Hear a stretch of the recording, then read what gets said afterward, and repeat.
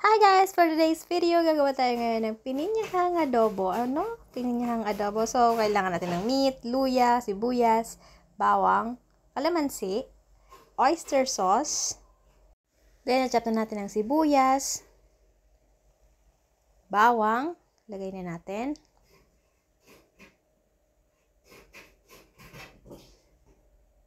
Then, ang ating luya.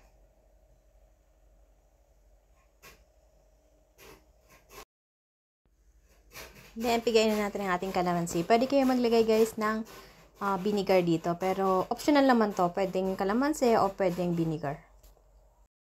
And, syempre, yung ating paminta.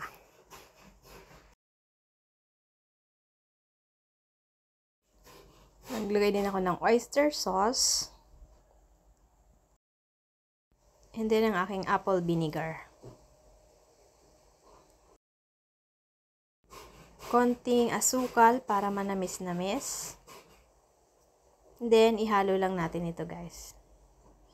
Kumbaga, i-marinate natin to at least 2 hours bago natin siya lutuin.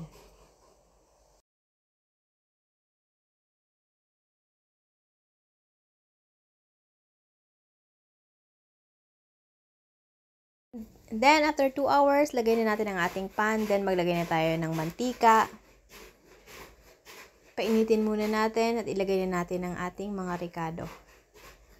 First, lalagyan natin yung sibuyas. Then, gisa-gisa, isunod natin yung bawang.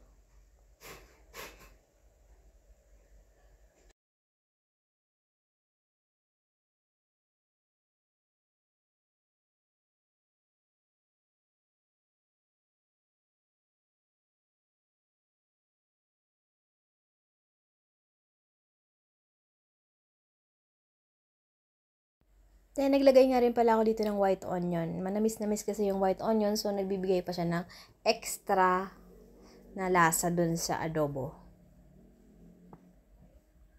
And then, ito na yung ating binabad na karne. Piprituhin natin siya, igigisa natin kasama ng sibuyas ng ating mga ricado.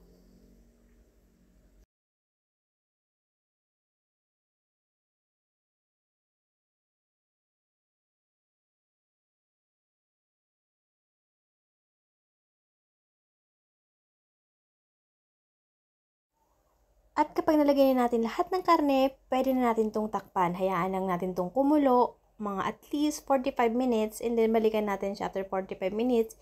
I-add na natin ang ating pineapple. Tapos, may hiniwalay ako dito na white onion. Sinabay ko na din siyang inilagay. Then, tatakpan natin to ulit para mas maging malasa yung pinya dun sa karne. Mag-simmer siya.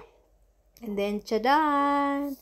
After 30 minutes again, ito na siya. Luto na. Thank you for watching. Don't forget to like and subscribe and press the bell.